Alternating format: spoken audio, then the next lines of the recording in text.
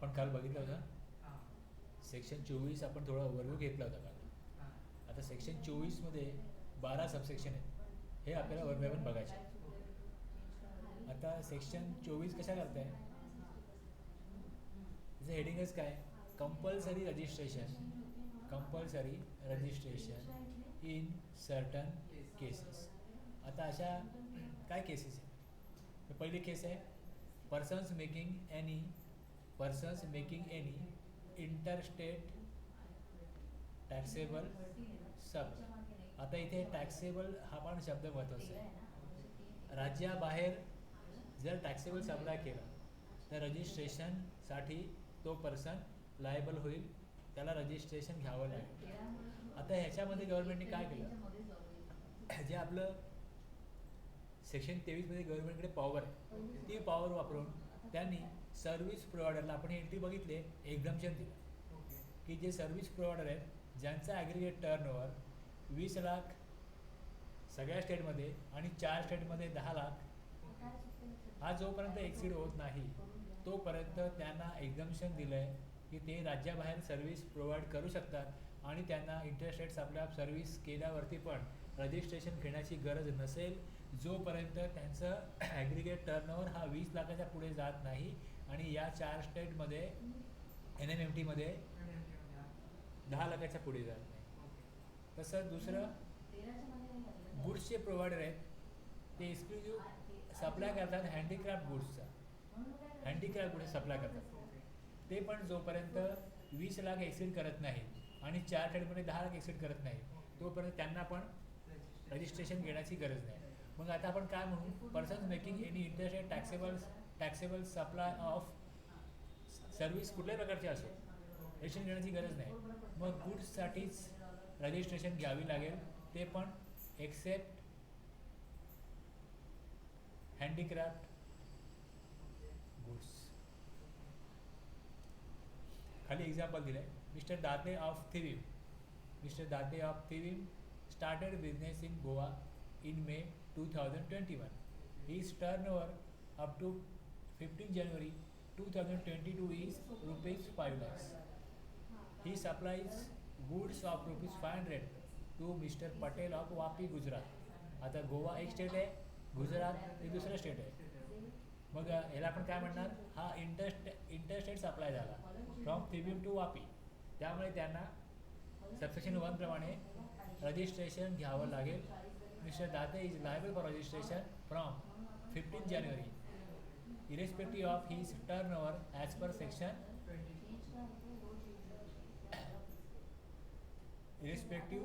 Turnover किती पण असो ॲज पर सेक्शन 24(1) त्यांना रजिस्ट्रेशन घ्यावं लागेल. आता पुढचा एक पॉईंट आहे जो कॅज्युअल टॅक्सेबल पर्सन. आता कॅज्युअल टॅक्सेबल पर्सनला डिफाईन केलं आहे क्लॉज 20मध्ये सेक्शन 2मध्ये. कॅज्युअल टॅक्सेबल पर्सन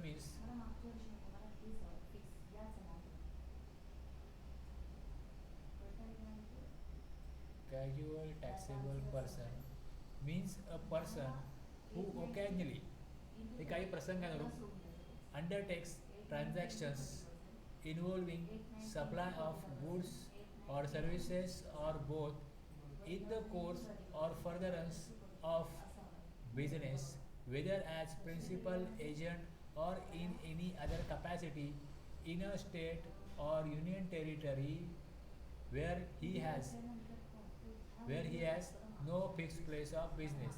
म्हणजे हा असा पर्सन आहे कॅज्युअल टॅक्सेबल पर्सन, हा काही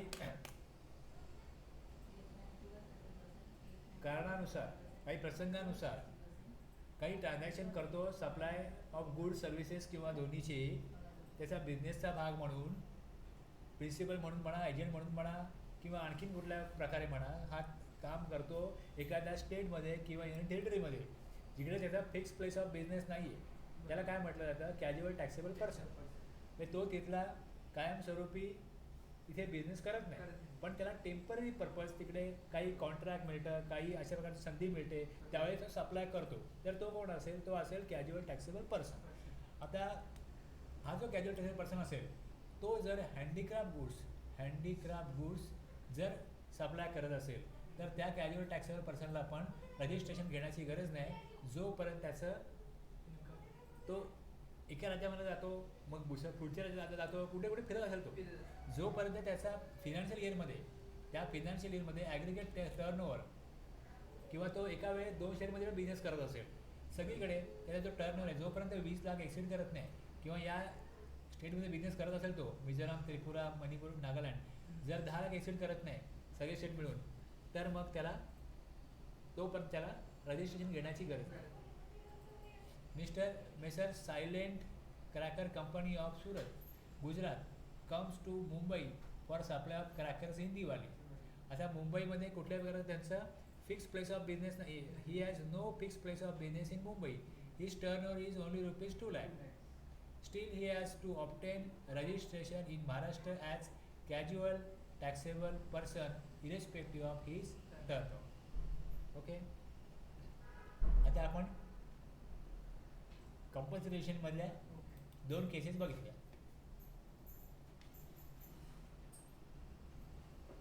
पुढची केस आहे person who are required to pay tax under reverse charge. असा पर्सन आहे जो टॅक्स भरायला लागतो त्याला, जर त्यांनी काही गुड किंवा सर्व्हिसेस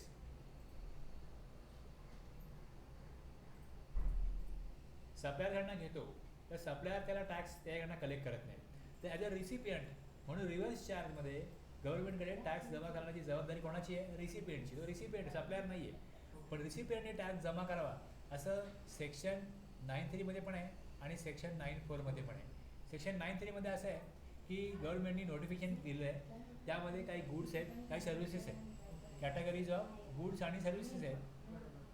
त्या जर त्या पर्सननी घेतल्या तर तो रिसिपियंट आहे, आणि घेतल्या तर for which tax is to be paid under RCM, म्हणजे त्याचा टॅक्स सप्लायर लावणार नाही, रिसिपियंटला द्यावं लागेल. आणि दुसरं section 9(4) specified category of person, यात गव्हर्नमेंटने नोटिफिकेशन काढलं आहे आणि त्यामध्ये बिल्डर आहे, आणि जर बिल्डरनी अनरजिस्टर्ड पर्सनकडून काही सिमेंट घेतलं, कॅपिटल गुड्स घेतले, तर त्याच्यावरती बिल्डरला टॅक्स रिव्हर्स चार्जमध्ये जमा करावा लागतो. त्याची आपण डिटेलमध्ये प्रोव्हिजन पुढे बघू. ओके. सेक्शन 9(3) आणि 9(4) हे बेसिकली रिव्हर्स चार्जसाठी आहे. जर त्या सेक्शन 9(3) किंवा 9(4) जर टॅक्स जमा करण्याची जबाबदारी रिसिपियंटची असेल, तर रिसिपियंटला ॲज पर सबसेक्शन 3 सेक्शन 24 प्रमाणे रजिस्ट्रेशन घ्यावं लागेल. Mandatory registration is not required if such specified goods or services is exempted by way of notification. आता यामध्ये काय असतं की तो ज्या सर्व्हिसेस किंवा गुड देतो त्या जर एक्झाम केल्या असतील तर मग त्या रजिस्ट्रेशन घेण्याची गरज नाही. आता लिगल सर्व्हिस आहे. आता लिगल सर्व्हिसमध्ये काय म्हटलं बघा, एंट्री नंबर 45 नोटिफिकेशन आहे एक्झाम सर्व्हिसचं, 12/2017 सिटी रेट 28/6/2017 लागलेलं आहे. याच्यामध्ये काय दिलं आहे की लिगल सर्व्हिस जर घेतली तर त्याच्यावरती समजा 10,000 फीस पे केली, त्याच्यावर जो GST येतो तो ॲडव्होकेट GST नंबर साठी रजिस्ट्रेशन करेल आणि मग टॅक्स कलेक्ट करून भरेल असं होत नाही. जो लिगल सर्व्हिस घेईल त्यांनी काय करायला पाहिजे, त्याच्यावरचा टॅक्स गव्हर्नमेंटकडे जमा केला पाहिजे.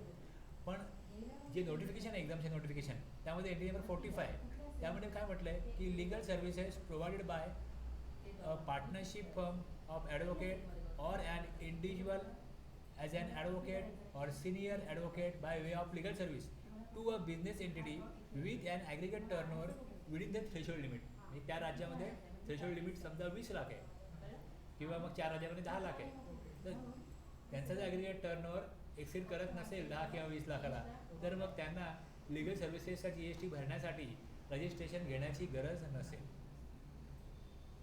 ओके. आता 9(3), 9(4) हे रिव्हर्स चार्जसाठी आहे. तसं 9(5) जो आहे सेक्शन 9(5) आपण डिटेलमध्ये बघणार आहोत, पण खाली थोडं मी सांगतो आता काय की याच्यामध्ये काय गव्हर्नमेंटने प्रोव्हिजन केले की इलेक्ट्रॉनिक कॉमर्स ऑपरेटर, म्हणजे जर ओला आहे तुमच्याकडे एखादी कार आहे, तुम्ही ओलाशी कॉन्टॅक्ट करून त्यांना सांगितलं की आमची कार जी आहे ही आम्हाला भाड्याने द्यायची, आमच्याकडे ड्रायव्हर आहे, मग तुम्हाला ते ॲप देतील, तुम्हाला ते त्यांच्या कंपनीमध्ये रजिस्टर करून घेतील, आणि मग जसं एखादा कस्टमर ज्यावेळेस त्याला रिक्वायरमेंट असेल तो त्या ॲपमध्ये कार बुक करायला जाईल, तुमची कार दिसेल, तुम्हाला तो कॉन्टॅक्ट करेल, तुम्ही त्याला कॉन्टॅक्ट कराल आणि तुम्हाला भाडं मिळेल. आता इथे काय झालेलं आहे की जो ई कॉमर्स ऑपरेटर आहे, ह्याच्यामुळे तुम्हाला काय मिळालं, म्हणजे भाडं वगैरे हां, तो कस्टमर मिळाला. आता या केसमध्ये ई कॉमर्स ऑपरेटरलाच सप्लायर मानला जाईल. डीम सप्लायर म्हणजे सप्लायर मानला जातो. ॲक्च्युली सप्लायर तुम्ही आहात. मी गाडी बुक केली, तुमची गाडी मला ॲपमध्ये दिसली, बरोबर. मी बुक केली गाडी, तुम्ही मला कॉल केला, तुम्ही माझ्या घराजवळ आलात आणि तुम्ही मला माझं जे डिस्टिनेशन ते घेऊन गेलात बरोबर. आणि त्याचे मला तुम्ही 500 रुपये चार्ज केले. बरोबर. याच्यावरचा GST कॅश मी तुम्हाला कॅश दिली, बरोबर. पण ती रेकॉर्ड झाली ई कॉमर्स ऑपरेटरच्या अकाउंटला की 500 रुपयाची एक जर्नी केलेली आहे आणि त्याच्यावरचा GST जो आहे हा ई कॉमर्स ऑपरेटरच भरेल. अच्छा. आता हा जो ई कॉमर्स ऑपरेटर आहे, persons who are required to pay tax under 9(5). जर असा एखादा बिझनेस कोणी सुरू केला की ज्यामध्ये सेक्शन 9(5) प्रमाणे ई कॉमर्स ऑपरेटरची GST जमा करण्याची गव्हर्नमेंटकडे जबाबदारी आहे, त्याला ते ऑब्लिगेशन आहे, तर त्या ई कॉमर्स ऑपरेटरला रजिस्ट्रेशन हे घ्यावं लागेल. म्हणजे ओला किंवा उबेरला रजिस्ट्रेशन घ्यावं लागेल. ही एक एंट्री आहे. Transportation of passenger by radio taxi, motor cab, maxi cab and motorcycle. लोक गोव्याला वगैरे जातात, त्यांना मोटरसायकल पाहिजे, मग तिथे असं कुठलं ॲप असेल त्यावर ते बुक करतात. मग जो सर्व्हिस प्रोव्हायडर आहे, याची बाईक आहे तो बाईक देतो, पण बुक करणारा तो नाही आहे, ॲप वेगळ्या माणसाचं आहे. तो कमिशन घेतो त्या टू व्हीलर वाल्याकडनं आणि त्याची गाडी जी आहे ही काय मोटरसायकल जी आहे ही भाड्याने दिली जाते. तर त्याचा GST ई कॉमर्स ऑपरेटरने भरायचा. Supplier of service any person. तुम्ही सर्व्हिस दिलेली आहे आणि मी घेतलेली आहे, पण GST कोण देणार? E commerce operator. तसंच आता बघा स्विगी किंवा झोमॅटोचं सप्लाय असतो. ओके, ते काय करतात, दुसऱ्या हॉटेलमधनं कुठल्या तुम्ही सिलेक्ट कराल की मला या हॉटेलमधनं पावभाजी आणून द्या, तुमच्या घरी काय होते, डिलिव्हरी होते. तर ते हॉटेल जे आहे, रेस्टॉरंट सर्व्हिस आहे, ते हॉटेल GSTमध्ये रजिस्टर असो अगर नसो, जो ई कॉमर्स ऑपरेटर आहे म्हणजे स्विगी किंवा Zomato, liability to pay the taxes lie solely on ECO. याचा GST कोणी भरायचा? झोमॅटो किंवा स्विगीने भरायचा. ते हॉटेल रजिस्टर असो अगर नसो. इथे हा जो ट्रान्सपोर्टेशन ऑफ पॅसेंजर सर्व्हिस देणारा व्यक्ती आहे तो रजिस्टर असो अगर नसो, टॅक्स कोण देईल? E commerce operator. आता आणखीन दोन केसेस आहेत की तुम्ही ॲप थ्रू हॉटेल बुक करता किंवा तुम्ही ॲप थ्रू हाऊसकीपिंग सर्व्हिस म्हणजे प्लंबर, कारपेंटर यांच्यासाठी कॉल करता. तर इथे काय दिलेलं आहे की hotel providing accommodation in hotel. कशासाठी? राहण्याच्या उद्देशाकरता, made for residential or lodging purpose. मग हॉटेल असो, इन्स असो, गेस्ट हाऊस म्हणा, त्याला क्लब म्हणा, campsite or other commercial places जे राहण्याकरता बनवले गेलेले आहे. तुम्हाला कुठे वेकेशनला जायचं आहे, गोव्याला असं कुठे जायचं आहे, तुम्ही काय करता, ऑनलाईन हॉटेल बुक करता. जर तुम्ही घरी बिझी असता आणि तुमच्या घरामध्ये समजा इमर्जन्सी तुम्हाला काय प्लंबरचं काम लागलं, तुम्ही काय कराल, बघाल ऑनलाईन जाऊन बुक कराल, ॲड्रेस टाकाल, तो तुम्हाला फोन करेल, तुम्ही ॲड्रेस द्याल, तुमच्या घरी जाईल, तुमचं प्लंबिंगचं काम करेल, तुमचं काम होऊन जाईल. ही छोटी मोठी कामं करायला आता लोकांकडे वेळ नसतो. ते सगळे ऑनलाईन ज्या काय सोर्सेस उपलब्ध आहेत ते वापरून ते काय करतात, सर्व्हिसेस घेतात. मग जो सर्व्हिस देणार आहे तो सर्व्हिस कोणा थ्रू देतो? E commerce operator through. आता जर सर्व्हिस देणार आहे जे हॉटेल आहे ते रजिस्टर असेल तर हॉटेल GST भरेल. तो जो सर्व्हिस प्रोव्हायडर आहे, हाऊसकीपिंग सर्व्हिस प्रोव्हायडर म्हणजे प्लंबिंग किंवा कार्पेंटर सर्व्हिस देणारा, तो रजिस्टर असेल तर तो GST भरेल. आणि तो रजिस्टर नसेल तर मग ई कॉमर्स ऑपरेटर जो आहे तो त्याच्यावर राहील. मग या केसमध्ये ई कॉमर्स ऑपरेटरला रजिस्ट्रेशन घ्यावं लागेल.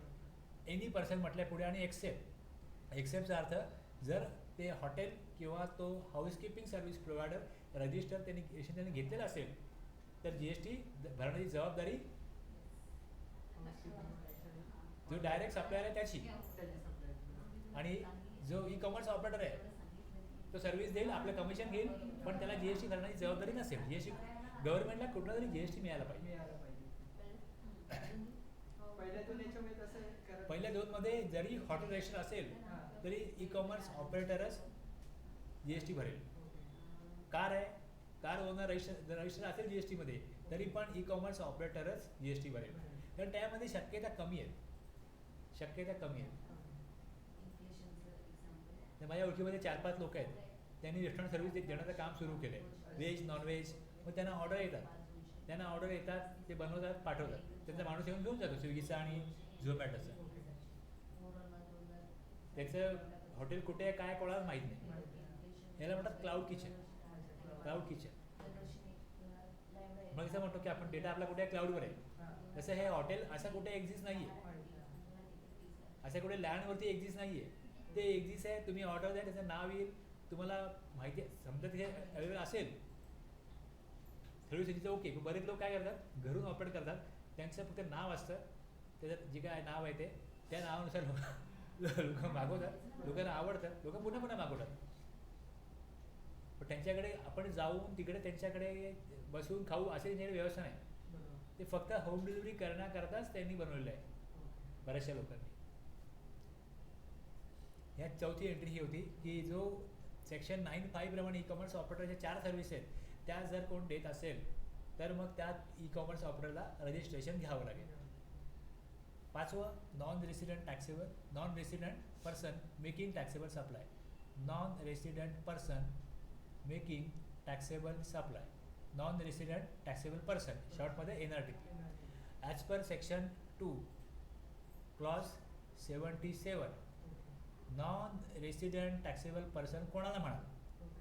एनी पर्सन हू ओकॅजनली, हा पण कायमस्वरूपी बिझनेस नाही करत, तो त्याला जसं बोलवलं जातं, त्याची मागणी असते की या जरा आमचं काम करा, आम्हाला गुड्स द्या. Occasionally undertakes transactions involving supply of goods, services और बोथ, वेदर ॲज प्रिन्सिपल और एजंट और इन एनी अदर कॅपॅसिटी. जसा CTP आहे तसाच हा NRTP आहे.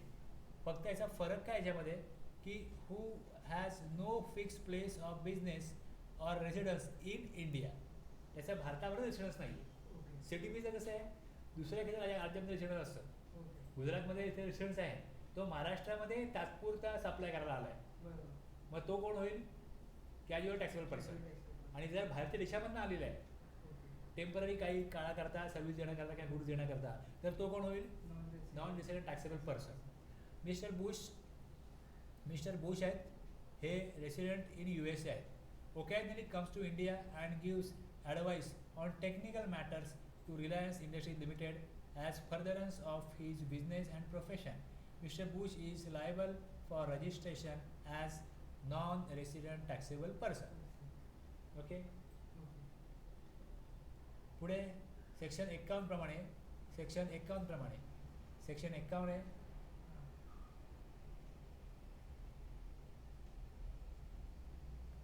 सेक्शन 51. याच्यामध्ये TDS डिडक्टर हा कन्सेप्ट आहे. TDS deductor, person who are required to deduct tax under section 51 whether or not separately register under CGST act, त्यांना एक रजिस्ट्रेशन घ्यावं लागेल.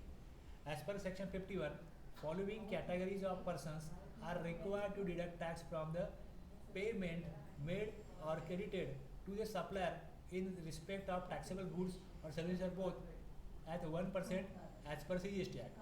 2% त्यांना अमाऊंट असते, 1% CGST, 1% EGST. जर 2.5 लाखाच्या वरती गुड्स किंवा सर्व्हिसेस ज्या काय त्यांनी परचेस केल्या सप्लायरला त्यांनी पेमेंट केलं इन एक्सेस ऑफ 2.5 lakhs, कोणाला? अ डिपार्टमेंट ऑफ और establishment of the central government, state government, local authority, governmental agencies किंवा गव्हर्नमेंट काही कॅटेगरी ऑफ पर्सन नोटिफाय करेल त्यांना. जर 2.5 लाखापेक्षा जास्त पेमेंट केलं गुड्स सर्व्हिसेस किंवा दोन्हीचं, तर त्यांचा 2% टॅक्स डिडक्ट करण्याकरता ती लोकल अथॉरिटी, ते डिपार्टमेंट गव्हर्नमेंटचं असेल, सेंट्रल गव्हर्नमेंट, स्टेट गव्हर्नमेंटचं किंवा गव्हर्नमेंटल एजन्सीज किंवा नोटिफाईड पर्सन यांना GSTच्या कायद्याप्रमाणे वेगळं रजिस्ट्रेशन घ्यायला लागेल TDS डिडक्टर. आणि त्यांना सप्लायरला जर 2.5 लाखापेक्षा जास्त पेमेंट केलं तर त्या अमाऊंटमधला 2% अमाऊंट, CGST 1%, EGST 1%, 2% अमाऊंट ही गव्हर्नमेंटकडे जमा केली जाईल त्याच्या GST नंबरवरती. आता कुठल्याही प्रकारचं गव्हर्नमेंट लोकल अथॉरिटी हे कुठल्याही प्रकारे if it is not making any taxable supply of goods or services it is required to register only as a deductor of tax at source on the basis of TAN किंवा PAN. Document त्यांच्याकडे PAN number असेल किंवा TAN number असेल. TAN number हा income टॅक्ससाठी असतो. Income टॅक्समध्ये पण tan असतो, तसंच जी एस टीमध्ये पण टॅन आहे. इन्कम टॅक्समध्ये टॅन काय करतो, जर एखाद्याला पेमेंट केलं आणि इन्कम टॅक्समध्ये त्याला जर टॅक्स लागत असेल, सपोज 12,000 रुपये टॅक्स लागत असेल एखाद्या एम्प्लॉईला, तर दर महिन्याला त्याच्या पगारातनं 1,000 रुपये डिडक्ट करून त्याच्या TDSच्या अकाउंटला जमा केले जातात. जे त्याचं इन्कम आहे, वर्षाला त्याचं इन्कम होणार आहे, ते जर का त्याच्यावरती इन्कमवरती त्याला 12,000 रुपये टॅक्स लागणार असेल, तर मग दर महिन्याला 1,000 रुपये त्याच्या पगारातनं TDS डिडक्ट केलं जातं. जर त्याला 25,000 टॅक्स लागणार असेल तर महिन्यामध्ये 2,000 वरती काय एक्स्ट्रा अमाऊंट अशी त्यातनं TDS डिडक्ट केलं जातं. त्यांचा पगार जास्त असतो, त्याला इन्कम टॅक्स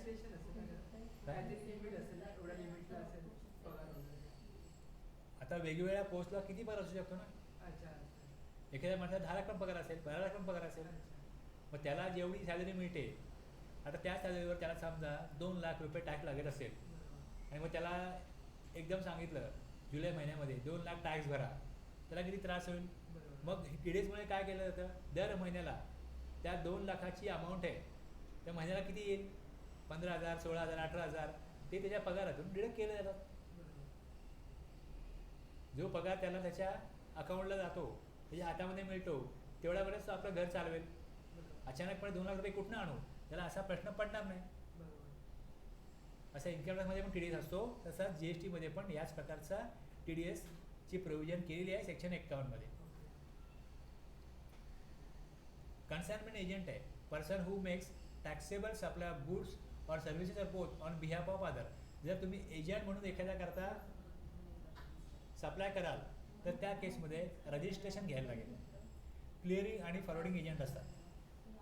क्लिअरिंग आणि फॉरवर्डिंग एजंट असतात. त्याचं काम काय असतं की एखादी फॅक्टरी आहे, ती महाराष्ट्रामध्ये कुठेही आहे, समजा सिमेंटची फॅक्टरी आहे आणि ते मुंबईमध्ये वेगवेगळ्या बिल्डरशी जाऊन बोलणी करतात आणि बिल्डरला काय करतात, सिमेंट सप्लाय करतात. वेगवेगळ्या प्रोजेक्टला सिमेंट सप्लाय करतात. तर त्यांचा एक एजंट असतो, त्याला सांगतात की आम्ही आता आमच्या फॅक्टरीतनं ट्रेननी सामान पाठवू. मग ट्रेन बघितलं असेल ना, मालगाडी असते ना, त्यातनं जे सामान येतं ते सामान पाठवायचं काम कंपनी करते आणि ते जेव्हा मुंबईला येतं तेव्हा त्याचे डॉक्युमेंट जे असतात त्या CNF एजंट जो असतो त्याच्या नावावर असतात. मग तो CNF एजंट काय करतो, ते ताब्यात घेतो आणि मग तो त्याचं डिस्ट्रीब्युशन जे आहे ते त्याच्या इनवॉइसनी करतो. त्याच्या इनवॉइसनी करतो, तो एजंट आहे. तर मग इथे काय करायला पाहिजे, त्याला रजिस्ट्रेशन घ्यायला पाहिजे.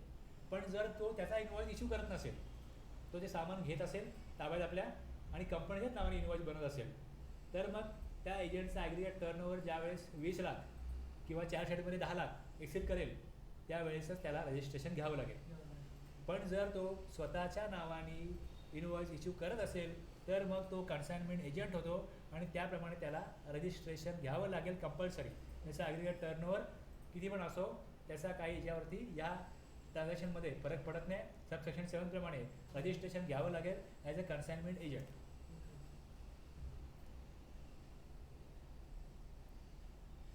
आपण अजून बघितलं input service distributor.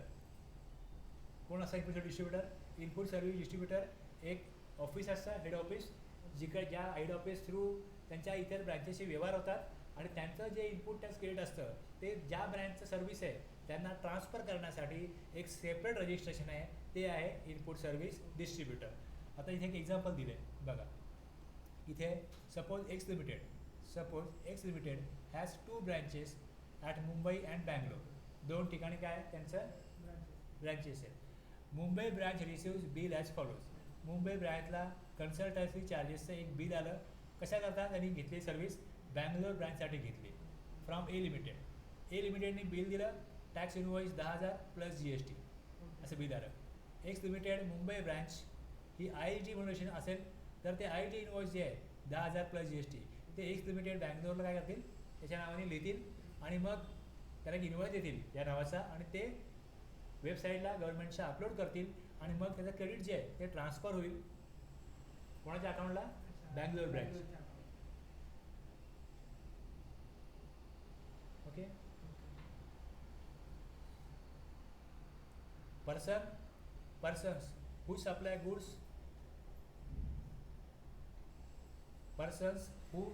goods or services or both other than एक मिनिट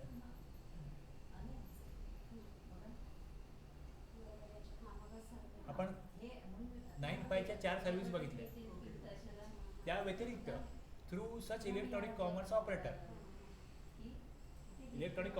आहे त्याच्या थ्रू त्या 4 सर्व्हिस नाही इतर काही सर्व्हिस आहेत त्या दिल्या जातात. सपोज तुम्ही मोबाईल विकण्यासाठी फ्लिपकार्ट किंवा ॲमेझॉनला काय केलं तुमचं नोंदणी केली ते तुमच्या वेबसाईट थ्रू आमचे मोबाईल आणि इतर इलेक्ट्रॉनिक आयटम जे आहेत इलेक्ट्रॉनिक आयटम माझ्याकडे आहेत मोबाईल आहे चार्जर वगैरे अशा वस्तू ज्या आहेत त्या तुमच्या वेबसाईट थ्रू विका. तर कस्टमर ते बघेल कस्टमर ऑर्डर देईल मग त्याची डिलिव्हरी होईल. त्याचं पेमेंट जे आहे त्याचा पेमेंट जर फ्लिपकार्ट किंवा ॲमेझॉनच्या अकाउंटला येत असेल तर मग सेक्शन 52 प्रमाणे तो ई कॉमर्स ऑपरेटर जो आहे त्याला 1% CGST 0.5% AGST 0.5% 1% अमाऊंट डिडक्ट करायला लागते. 10,000चा मोबाईल आहे तर 1% अमाऊंट जी आहे डिडक्ट करायला लागेल. 100 रुपये डिडक्ट करेल तो आणि तुम्हाला बाकीचं पेमेंट करेल. ओके म्हणजे तो विकणारा असतो तो हां. साईडवर. मग त्यासाठी त्याला रजिस्ट्रेशन घ्यायला लागतं सेक्शन 52 मध्ये TCS डिडक्टर म्हणून ॲमेझॉनला वगैरे घ्यावं लागेल. ज्या वेबसाईटला पेमेंट जर तुमच्याकडे डायरेक्टली येतं हां जर मी मोबाईल तुमचा परचेस केला आणि पेमेंट तुमच्या अकाउंटला येतं बरोबर तर मग तो डिडक्ट करू शकत नाही. बरोबर. पण जर पेमेंट तुमच्या अकाउंटला येत नाही पेमेंट जातं ECOच्या अकाउंटला मग ECO त्याचं कमिशन काढून बाकीचे अमाऊंट परत करतो त्यावेळेस त्याला 1% डिडक्ट करायला लागतो. आता हे झोमॅटो किंवा हे आहे यांना पेमेंट मिळतं कस्टमरकडनं मग ते आपलं कमिशनचं बिल देतात ती अमाऊंट कापून घेतात प्लस जी अमाऊंट पेमेंट करायची आहे त्याचा 1% अमाऊंट पण कापून घेतात TCS म्हणून. जो सप्लायर आहे जर त्याच्या अकाउंटला पैसे आले तर TCSचा प्रश्न येत नाही. बरोबर. जर ECOच्या अकाउंटला पैसे जाऊन मग ECO हिशोब करून जो सप्लायर आहे त्याला पेमेंट करत असेल तर त्यावेळेस त्याला सेक्शन 52 प्रमाणे 1% डिडक्ट करून पेमेंट करायला लागेल. Required to collect tax at source TCS. Amazon स्वतः काही सप्लाय करत नाही फ्लिपकार्ट स्वतः काही सप्लाय करत नाही ते इतरांचा जो गुड्स किंवा सर्व्हिसेस आहेत ते आपल्या वेबसाईटला काय करतात दाखवतात तिथे प्रेझेंट करतात लोक बघतात आणि मग ऑर्डर करतात. त्याचं काम फक्त तिकडे शो करणं आहे पण पेमेंट कोणाच्या अकाउंटला जाईल त्याचं डिलिव्हरी कशी होईल ह्याच्यावरती कंट्रोल जर त्या ECOचा असेल आणि ECO ते पेमेंट घेत असेल बहुतेक वेळा असं असतं की आपल्या वेबसाईटचं नाव खराब होऊ नये म्हणून ते काही गोष्टी कंट्रोल करतात. ते खराब माल पाठवला कस्टमरने तो परत केला तर ह्यांना परत घ्यावा लागतो. मग कस्टमरला तुम्ही फोन करू शकता. तुम्ही जर मला फोन केला तर मला इकडे एंट्री करता येते की समोरचा माझ्याशी पोलाइटली बोलला का नम्रतेने बोलला का मला धमकी दिली मला शिव्या घातल्या तर मग त्याची डिलिव्हरी ते करणं बंद करतात. मग त्यांना त्यांचं प्रॉम्प्ट ऑर्डर चांगल्या प्रकारच्या वस्तू फसवणूक करत नाही हे सगळं मेंटेन करायचं असतं. त्यामुळे बहुतेक इश्यू काय करतात पेमेंट जे आहे ते त्यांच्या अकाउंटला घेतात. पेमेंट त्यांच्या अकाउंटला घेतल्यावरती जर अशा प्रकारचं काही अमाऊंट डिडक्ट करायची वेळ आली अमाऊंट त्याच्याकडनं त्याची फसवणूक कोणाची केली तर त्याकडनं पैसे ते काढून घेऊ शकतात आणि मग त्याला यापुढे एंट्री बस झालं तुझं काम नको काम बरोबर नाही. त्यांचं रेप्युटेशन खराब होऊ नये त्यांचं नाव खराब होऊ नये त्यामुळे चांगल्या दर्जाचा माल चांगल्या लोकांकडनं चांगल्या प्रकारे डिलिव्हरी करण्यासाठी जर ॲमेझॉन किंवा Flipkart quick delivery prompt delivery आणि चांगल्या माल डिलिव्हरी अशा नावाचे जर रेप्युटेशन असेल तर लोक विश्वास करतील. तर जर त्यांच्याकडे पैसे द्यायला असतील तर ते 1% TCS कट करून जो सप्लायर आहे त्याच्या GST नंबरला भरतील आणि मग ज्यावेळेस तो GSTचं पेमेंट करेल त्यावेळेस त्याचा त्या जे पेमेंट करायला लागेल त्यावेळेस ती कॅश त्याच्याला जमा होते कॅश म्हणून ती कॅश तो वापरू शकतो. कॅश रिफंडही घेता येते ती कॅश रिफंडही घेता येते कॅश त्याच्याला अमाऊंट असेल तर रिफंड पण घेता येते. Mr. Messrs. Ram T supplies tea through electronic commerce operator, therefore he must obtain registration without any turnover limit. जो ECO आहे त्याला रजिस्ट्रेशन घ्यायला लागेल.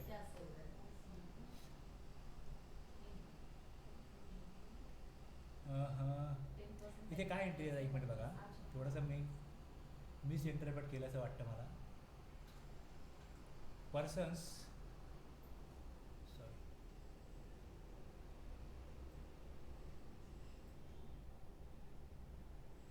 persons who supply goods or services or both through electronic commerce operator. म्हणजे हे electronic commerce operator करता नाही आहे, हे सप्लायर करताय. जर तुम्ही एक्झाम्पल दिले खाली messrs Ram T supplies T through electronic commerce operator, तर इथे जो राम आहे राम टी हाऊस त्याला रजिस्ट्रेशन घ्यायला लागेल. आता जर सर्व्हिस प्रोव्हायडर असेल, जर सर्व्हिस प्रोव्हायडर असेल, तो जर सर्व्हिस प्रोव्हाइड करत असेल ई कॉमर्स ऑपरेटर थ्रू, तर मग त्याच्याकरता पण एक नोटिफिकेशन आहे, एक्झामचे नोटिफिकेशन आहे की जोपर्यंत सर्व्हिस प्रोव्हायडरचा टर्नओव्हर हा एक्सीड करत नाही त्या फिनान्शियल इयरमध्ये 20 लाख, 4 स्टेटमध्ये 10 लाख, तोपर्यंत त्याला रजिस्ट्रेशन घेण्याची गरज नाही. राम टी सप्लायरचं काय त्याला रजिस्ट्रेशन घ्यायला? राम टी सप्लायर हा गुड सप्लाय करतो, त्याला रजिस्ट्रेशन घ्यायला लागेल जर तो गुड सप्लाय करतो. जर तुमच्याकडे एखादा प्रॉडक्ट आहे आणि जर तुम्ही E commerce operator through supply करत असाल तर तुम्हाला रजिस्ट्रेशन घ्यायला लागेल. पण सर्व्हिस देत असाल तर रजिस्ट्रेशन घेण्याची गरज नाही. आणि ECOची एंट्री 10 नंबरला आहे. Every electronic commerce operator who require to collect tax at source under section 52. इथे ई कॉमर्स ऑपरेटर आहे ज्याला unless ECO is required to collect TCS as per provision of section 52 he shall not be required to take compulsory registration. जर त्याला तो पैसे त्या अकाउंटला घेत नाही, जर त्याच्या अकाउंटला पैसे येत नाहीत तर डिडक्ट करणार नाही, रजिस्ट्रेशन घेण्याची गरज नाही. पण जर तो त्याच्या अकाउंटला कस्टमरचे बाहेरचे पैसे घेत असेल तर मग सप्लायरला पेमेंट करताना त्याला 1% डिडक्ट करण्याकरता रजिस्ट्रेशन घ्यायला लागेल TCS कलेक्टर म्हणून. TCS कलेक्टर 9वं कोणाला होतं? जो ECO थ्रू सप्लाय करतो अशा सप्लायरला रजिस्ट्रेशन घ्यायला लागेल अपार्ट फ्रॉम त्याचा ॲग्रिगेट टर्नओव्हर 20 लाख 10 लाख. पण त्यात पण सर्व्हिस प्रोव्हायडरला एक्झम्पशन आहे. सर्व्हिस प्रोव्हायडर राज्याबाहेर सप्लाय करा, ई कॉमर्स ऑपरेटर सप्लाय करा, त्याला रजिस्ट्रेशन घेण्याची गरज नाही. तोपर्यंत जोपर्यंत त्याचा त्या राज्यामधला ॲग्रिगेट टर्नओव्हर 20 लाख किंवा 4 राज्यामध्ये 10 लाख एक्सीड करत नाही, तोपर्यंत त्याला रजिस्ट्रेशन घेण्याची गरज नाही. आता एक 11वी एंट्री आहे. इथे अजून काय त्यांनी इथे अजून काय व्हरायटी दिलेली आहे हे बघा. एक्झाम्पल दिली आहे supplier making supply through third party म्हणजे ECO. ओके, आता इकडे सप्लाय ऑफ सर्व्हिस आहे other than those covered by section 95. Service आहे ECO required to collect TCS under 52 आहे. Compulsory registration of tax collector as per section 24. पण आता supply service प्रोव्हायडरला काय एक्झम्पशन आहे, तर त्याचा TCS जो आहे तो डिडक्ट केला जाणार नाही. ECO not required to collect TCS under section 52 to base registration as per section 22. ECO जो आहे तो कमिशन घेतो ना, त्याकडे पैसे जात नाही, कमिशन घेतो. मग जर तो 20 लाख 40 लाख जे 10 लाख 20 लाख आहे ते जेव्हा एक्सेप्ट करेल तेव्हा ECOला रजिस्ट्रेशन घ्यायला लागेल, कारण त्याला TCS कलेक्ट नाही करायचं. सेक्शन 22 प्रमाणे त्याला रजिस्ट्रेशन घ्यायला लागेल. सप्लायर ऑफ गुड्स असेल आणि ECOकडे टॅक्स कलेक्ट करत असेल तर ECOला सेक्शन 24 प्रमाणे रजिस्ट्रेशन घ्यायला लागेल. आणि जर गुड्सचा सप्लाय आहे आणि जर not required to collect TCS, TCS तो कलेक्ट करत नाही, त्याला TCS कलेक्ट करायचा नाही आहे कारण त्याला पैसे येत नाही, मग सेक्शन 22 प्रमाणे जेव्हा त्याचा ॲग्रिगेट टर्नओव्हर 20 लाख किंवा 10 लाख एक्सीड करेल त्यावेळेस त्याला रजिस्ट्रेशन घ्यायला लागेल. त्याला सेक्शन 24 ॲप्लिकेबल होणार नाही. ओके, सेक्शन 24 प्रमाणे रजिस्ट्रेशन केव्हा घ्यायला लागतं, ज्यावेळेस तो TCS कलेक्ट करून गव्हर्नमेंटकडे जमा करण्याची त्यावरती ऑब्लिगेशन असेल त्यावेळेसच. आता नेटफ्लिक्स वगैरे वेबसिरीज वगैरे बघतात, या ज्या वेबसिरीज वगैरे आहे किंवा क्लाउड सर्व्हिस आहे, ॲडव्हर्टायझिंग सर्व्हिस आहे वेबवरती. आता ह्याला म्हणतात OIDR service, online information and database access or retrieval services. OIDR, online information and database access or retrieval services. त्यांनी हे सगळं अपलोड करून ठेवलेलं आहे त्यांच्या डेटाबेसमध्ये आणि त्याची लिंक दिलेली आहे वेबसाईटला. लोक जातात त्या लिंकला क्लिक करतात आणि मग ती मूवीज वगैरे प्ले करू शकतात. आता हे घेणारे कोण आहेत? नॉर्मली ही सर्व्हिस घेणारे कोण आहेत? आणि सर्व्हिस दिली जाते from a place outside India to a person in India other than a registered taxable person. Okay. आता ही जी प्रोव्हिजन आहे ही कोणा करत आहे? Every person supplying online information and database access retrieval services from a place outside India to a person in India other than a registered person. जो unregistered पर्सनला भारताबाहेरनं सर्व्हिस दिली जाते. कुठली सर्व्हिस? सप्लाय कुठला केला जातो? Online information and database access और रिट्रीवल सर्व्हिस ही दिली जाते. तर मग ह्या online information and database access और रिट्रीवल सर्व्हिसला डिफाईन केलं आहे.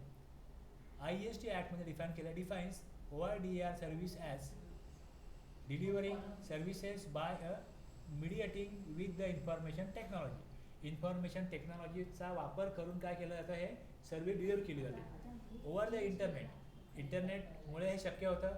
ऑर ॲन इलेक्ट्रॉनिक नेटवर्कमुळे शक्य होतं. The nature of which renders their supply essentially automated. Mainly काय सगळं ऑटोमॅटिक त्यांनी प्रोग्रामिंग केलेलं आहे. याच्यामध्ये कधी काळी इन्व्हॉल्विंग मिनिमल ह्युमन इंटरव्हेन्शन, जो मानवी हस्तक्षेप आहे हा अगदी मिनिमम असतो. आणि विदाउट इन्फॉर्मेशन टेक्नॉलॉजी ते अशक्य आहे. Impossible to ensure in the absence of information technology. तर त्याला काय म्हणाल तुम्ही? OIDR service. आणि OIDR सर्व्हिस इन्क्लूड काय काय होतं? तर online advertising services, service providers, cloud service providers, providing ebook, movie, music, software and other intangibles via telecommunication networks or the internet, providing data or information retrievable or otherwise to any person in electronic form through a computer network, digital data storage services, online gaming services, online supplies of digital content like movie, television shows, music, etc. हे सगळं कशामध्ये येतं? Online information and database access और retrieval services, in short OIDR सर्व्हिसमध्ये येतं. तर जो OIDR service provider आहे तो भारताबाहेर आहे, तर त्या केसमध्ये त्याला रजिस्ट्रेशन घ्यावं लागेल. Mandatory registration is required for every person supplying OIDR service. Okay. आणि हे 11 पर्सन त्यांनी सांगितले जर त्या ॲक्टिव्हिटी होत असतील तर त्यांना रजिस्ट्रेशन हे कंपल्सरी घ्यावं लागेल. Apart from aggregate turnover limit exceed किती आहे काय हे बघितलं जाणार नाही. बिझनेस नवीन आहे जुना आहे बघितलं जाणार नाही. आणि ज्यावेळेस हा लॉ बनवला गेला त्यावेळेस जेवढे पर्सन त्यांना वाटले ह्या ॲक्टिव्हिटीज जे करणारे लोक आहेत त्यांना रजिस्ट्रेशन करण्याकरता कंपल्सरी सेक्शन 24 प्रमाणे आपण इथे त्यांनी सगळं लॉ मेकर्सनी हे 11 सेक्शन ड्राफ्ट केलेले आहेत. आणि 12वाही ड्राफ्ट करून ठेवला अशा प्रकारे की आत्ता आम्हाला आठवत नाही आहे किंवा आत्ता अशा प्रकारचं काही समोर दिसत नाही ॲक्टिव्हिटी. पण ज्यावेळेस काही क्लास ऑफ पर्सन्स गव्हर्नमेंटला वाटतील की ज्यांना रजिस्ट्रेशन कंपल्सरी करायचं आहे ते गव्हर्नमेंट नोटिफाय करेल on the recommendations of GST council. Notified person असू शकतात. गव्हर्नमेंटकडे ही पॉवर आहे सेक्शन 12मध्ये. ते आणखी काही पर्सन नोटिफाय करून रजिस्ट्रेशन सेक्शन 25 प्रमाणे घ्या असं नोटिफिकेशनद्वारे त्यांना कंपल्सरी करू शकतात. आत्तापर्यंत अशा कुठली प्रकारे नोटिफिकेशन काढलेलं नाही आणि कोणाला रजिस्ट्रेशन करता कंपल्सरी मॅन्डेटरी केलेलं नाही. आता आपण जे बघितले सेक्शन ते बघा आहे 24(1) taxable person making interstate taxable supply of goods. Section 1 casual taxable persons making taxable supply. Persons who are required to pay tax under reverse charge. Persons who are required to pay tax under section 9(5). म्हणजे 4 services आहेत त्या. NRTP non resident taxable person making taxable supply. Taxable supply असला पाहिजे, एकदम सप्लायला गरज नाही. TDS deductor, consignment agent, input service distributor, त्यानंतर जो पर्सन सप्लाय करतो गुड्स थ्रू ECO तो पर्सन, ECO जो ECU आहे त्याला पण इलेक्ट्रॉनिक कॉमर्स ऑपरेटर म्हणून रजिस्ट्रेशन घ्यावं लागेल. आणि आता लास्ट बघितलं आपण OIDR सर्व्हिसेस आणि नोटिफिकेशनद्वारे आणखीन लोकांना ते क्लास ऑफ पर्सनला रजिस्ट्रेशन घेण्यासाठी नोटिफिकेशन काढून कंपल्सरी करू शकतो. असे 12 सबसेक्शन आपण ह्यात बघितले. आत्तापर्यंत जे आपण बघितलं, आत्तापर्यंत जे बघितलं ते बघा. सेक्शन 22मध्ये काय बघितलं की 22(2) प्रमाणे थोडं आपण रिकॅप घेऊ. जे अगोदरच्या लॉमध्ये रजिस्टर होते त्यांना GST मध्ये आणण्याकरता सेक्शन 22(2) लागला. जर बिझनेस ट्रान्सफर झाला म्हणजे ओनर बदलला बिझनेसचा, पार्टनरशिप फर्म आहे ती कंपनी झाली, तर पार्टनरशिप फर्मचा पॅन वेगळा असतो, कंपनीचा पॅन वेगळा असतो. प्रोप्रायटर आहे तो बदलला, तर या केसमध्ये बिझनेस ट्रान्सफर होतो. जो ट्रान्सफर जो बिझनेस घेणारा असतो तो आपल्या नावाने रजिस्ट्रेशन घेतो, त्याला घेण्याकरता 22(3) आहे. कंपनीचं अमलगमेशन झालं, डीमर्जर झालं तर मग सेक्शन 22(4) प्रमाणे रजिस्ट्रेशन घ्यायला लागतं. सेक्शन 22(1) मध्ये काय होतं, ॲग्रिगेट टर्नओव्हर. ॲग्रिगेट टर्नओव्हर म्हणजे थ्रेशोल्ड लिमिट दिलेलं असतं. ते थ्रेशोल्ड लिमिट NMMT 4 राज्यांना 10 लाख आहे, या 6 राज्यांना 20 लाख आहे, बाकीच्या राज्यांना सर्व्हिस करता 20 लाख आहे आणि एक्सक्लुझिव्ह आपल्या गुड्स करत असतील तर त्यांना 40 लाखापर्यंत लिमिट आहे. पण हे जे सगळं 40 लाख 20 लाख 10 लाख आहे, जर त्यांनी सेक्शन 24 प्रमाणे जर ॲक्टिव्हिटी केली तर त्यांना 22(1) विचार होणार नाही, त्यांना रजिस्ट्रेशन कंपल्सरी घ्यायला लागेल. एक्सक्लुझिव्हली आणि हे जे पर्सन आहेत, हे जे सप्लायर आहेत त्यांना 40 लाखाचं लिमिट मिळत नाही, त्यांना 20 लाखाचंच लिमिट आहे. हे गुड्समध्ये डील करणारे असतील, गुड्स एक्सक्लुझिव्ह सप्लाय गुड्स आहे पण या गुड्सचा असेल स्पेसिफाईड गुड्सचा, तर मग त्यांना लिमिट 40 लाख मिळत नाही, 20 लाख मिळतं. Any other cases which are not covered under section 24 मग त्याला ॲग्रिगेट टर्नओव्हर 20 लाख.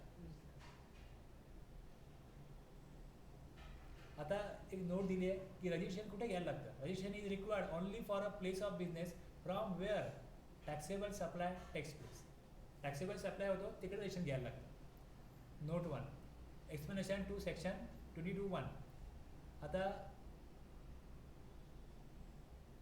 इथे काय दिलं आहे की एक्सक्लुझिव्ह सप्लाय गुड्स असेल तर 40 लाखपर्यंत होतं, बरोबर आहे.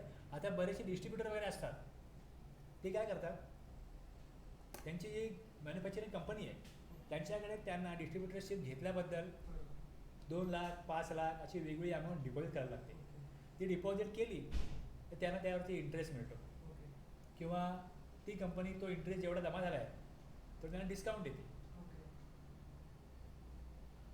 तुम्ही बँकेत पैसे ठेवले आणि बँक तुम्हाला इंटरेस्ट देते, तर बँकेने तुम्हाला काय दिलं, गुड्स दिले, सर्व्हिस दिली.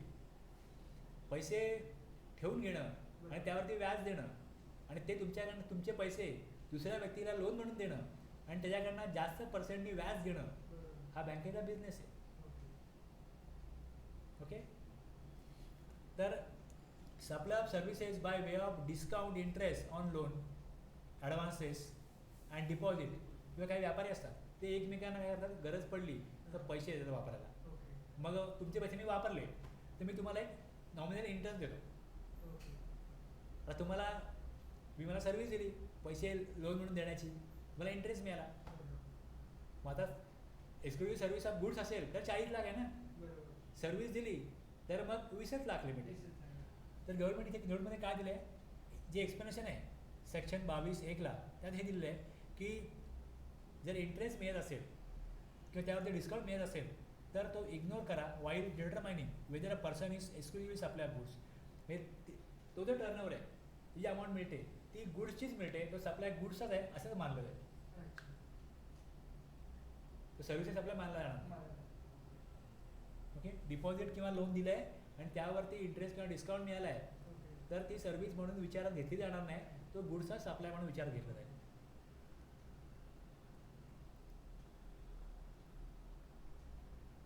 रजिस्ट्रेशन घेण्याची गरज कोणाला नाही. नॉट लायबल टू टॅक्स आहे म्हणजे वाईन आणि पेट्रोल.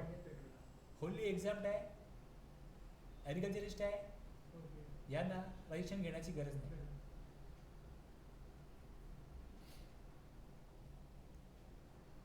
आणि नोटिफिकेशन गव्हर्नमेंट काढू शकतो सबसेक्शन 2 प्रमाणे. हे कोण आहे?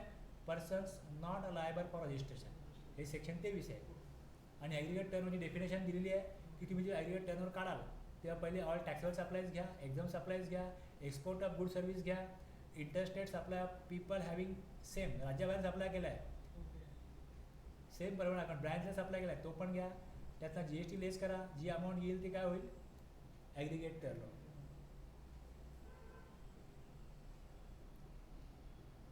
ॲग्रिगेट टर्नओव्हरमध्ये ऑल सप्लाईज घ्या made by the taxable person whether on his own account or made on behalf of his principal. Explanation 2 प्रमाणे जॉब वर्कर जो असतो, जॉब वर्कर ते गुड्स घेतो आणि पुढे मग बाहेरकडे पाठवतो, तर तो जो टर्नओव्हर आहे तो सप्लाय प्रिन्सिपलच्या टर्नओव्हरमध्ये ॲड होतो. जॉब वर्करच्या टर्नओव्हरमध्ये जॉबवर जेवढे पैसे घेईल ते जॉबवर करण्याचे तेवढेच अमाऊंट जॉबवरच्या टर्नओव्हरमध्ये ॲड होतो.